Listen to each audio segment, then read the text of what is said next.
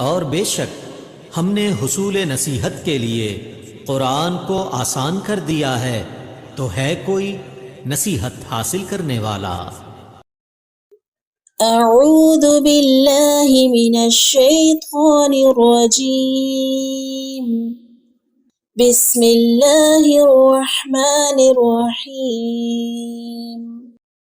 الحمد لله رب العالمين الرحمن الرحيم مالك يوم الدين إياك نعبد وإياك نستعين اهدنا الصراط المستقيم